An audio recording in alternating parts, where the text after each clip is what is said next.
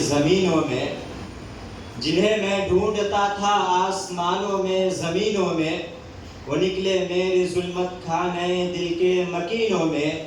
جلا سکتی ہے شمع کشتہ کو موج نفس ان کی، الہی کیا چھپا ہوتا ہے اہل دل کے سینوں میں۔ نہ پوچھ ان خرقہ پوشوں کی ارادت ہو تو دیکھ ان کو، ید بیضا لیے بیٹھے ہیں اپنی آستینوں میں۔ حضرات محترم، آج میں ان یاران باصفا، شہیدان عشق و وفا اور وارثان بلال اور عشاق نبی کے تذکرے کی سعادت حاصل کر رہا ہوں، جن کا قلب و جگر نبی کی عظمت سے معمور تھا، جس کا دل عشق نبی سے سرشار تھا، جن کے چہرے پر عزم و استقلال کی نورانی کرنیں جلوہ فگن تھی، جنہوں نے اہل جہاں کو عشق نبی کا درس دیا، صنف انسانی کو محبت کا پیغام سنایا، جنہوں نے امت کو نبی سے پیار کرنا سکھایا، عشق نبی کا طریقہ بتایا، محبت نبی کا راستہ دکھلایا، جن کو دنیا علماء دیوبند کہتی ہے۔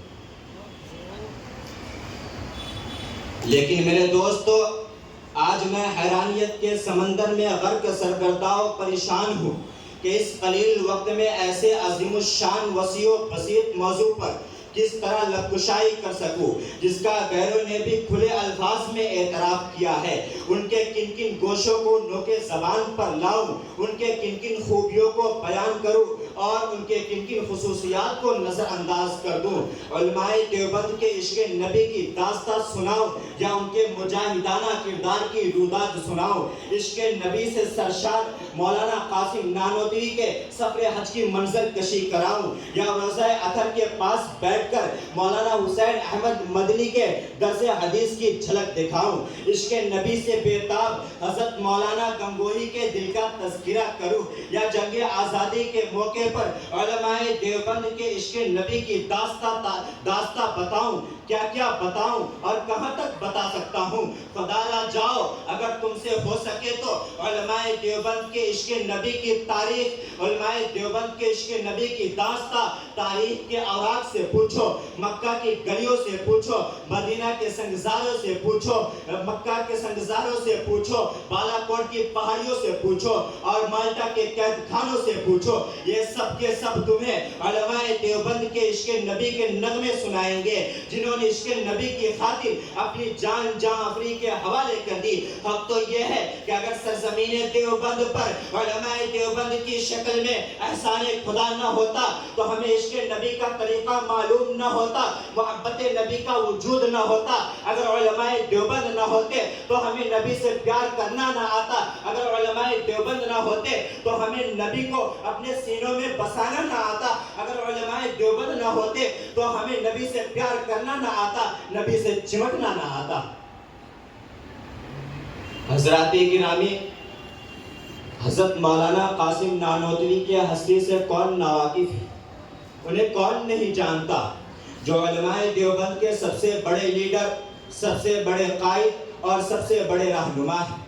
جب ایک موقع پر حضرت مولانا نانوتوی کو انگریز پولیس گرفتار کرنے کے لیے آئی تو آپ 3 دن روپوش ہو کر باہر نکل گئے۔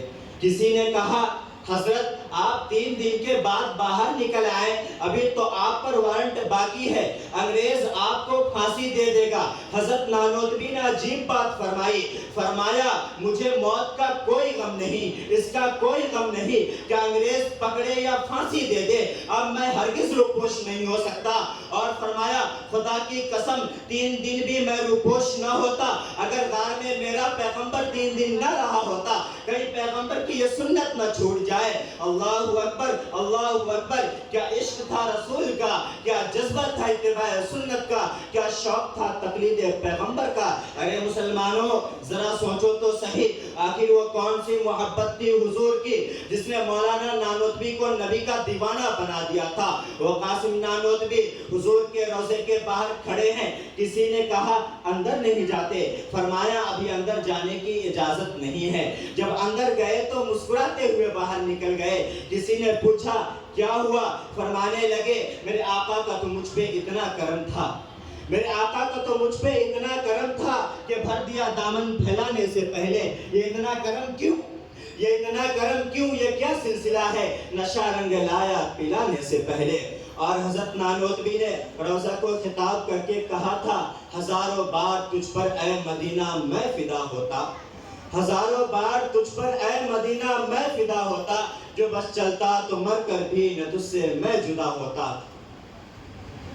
شہدائیان رسالت کے پروانوں، اور اس سے بھی آگے بڑھ کر سحر انگیز اور دلگداز واقعہ یہ ہے کہ ایک موقع پر بعض مخلصین نے حضرت مولانا گنگوہی کی خدمت میں کچھ کپڑے مدینہ منورہ سے ارسال کیے.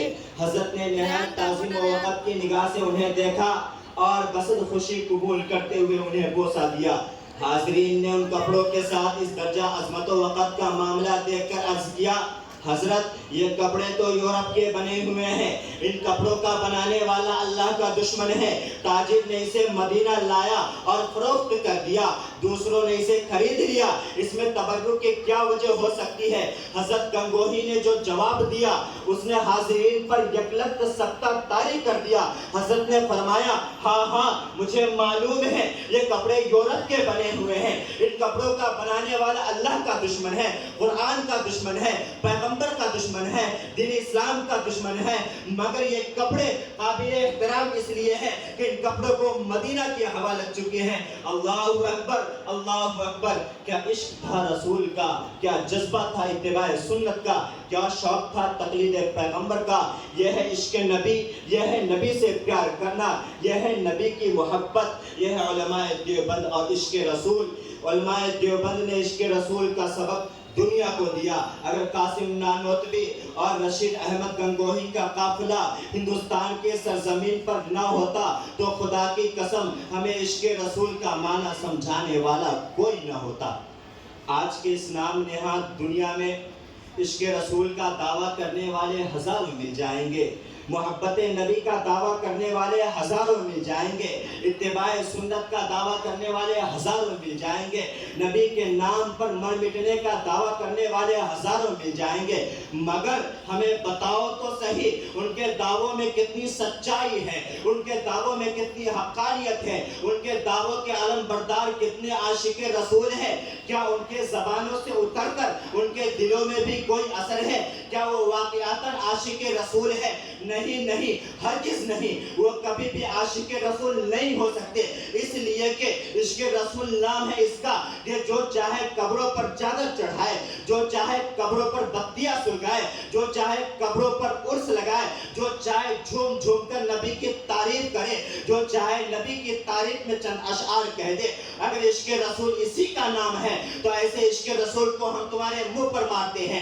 ہمیں عشق رسول چاہیے حجت الاسلام حضرت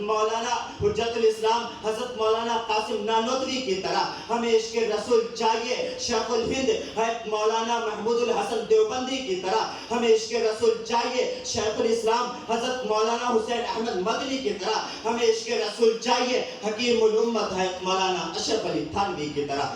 اللہ تعالیٰ ان سب کے قبروں پر سینکڑوں رحمتیں نازل فرمائے جو عشق نبی سے بھرے ہوئے تھے، جو عشق نبی پر قربان ہوئے تھے، جنہوں نے عشق نبی کی خاطر اپنا جان، اپنا مال اور متاع عزیز سب کچھ قربان کر دیا تھا.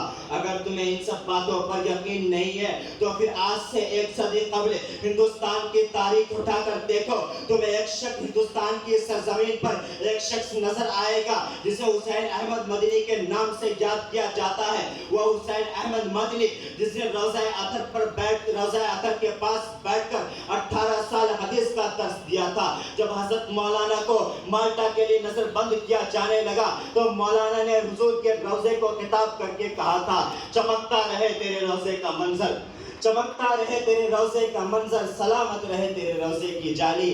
ہمیں بھی عطا ہو وہ شوق ابوذر، ہمیں بھی عطا ہو وہ شوق ابوذر، ہمیں بھی عطا ہو وہ جذب بلالی.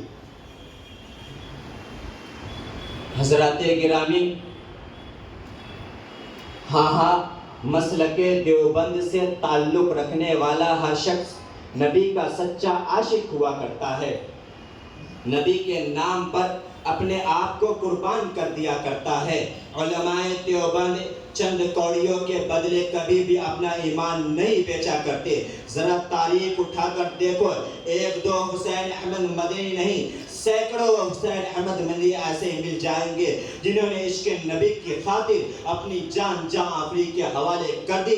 مختصر یہ ہے کہ اگر سرزمین دیوبند پر علماء دیوبند کی شکل میں احسان خدا نہ ہوتا تو آج جو بر صغیر میں تھوڑی سی دین کی چمک دمک دکھ رہی ہے وہ صدیوں پہلے بجھ گئی ہوتی. اٹھائے کچھ ورق لالا نے, کچھ نرگس نے, کچھ گل نے, اٹھائے کچھ ورق لالا نے, کچھ نرگس نے, کچھ گل نے, چمن میں ہر طرف بکھری ہوئی ہے داستان میں. وما علینا الا البلاغ.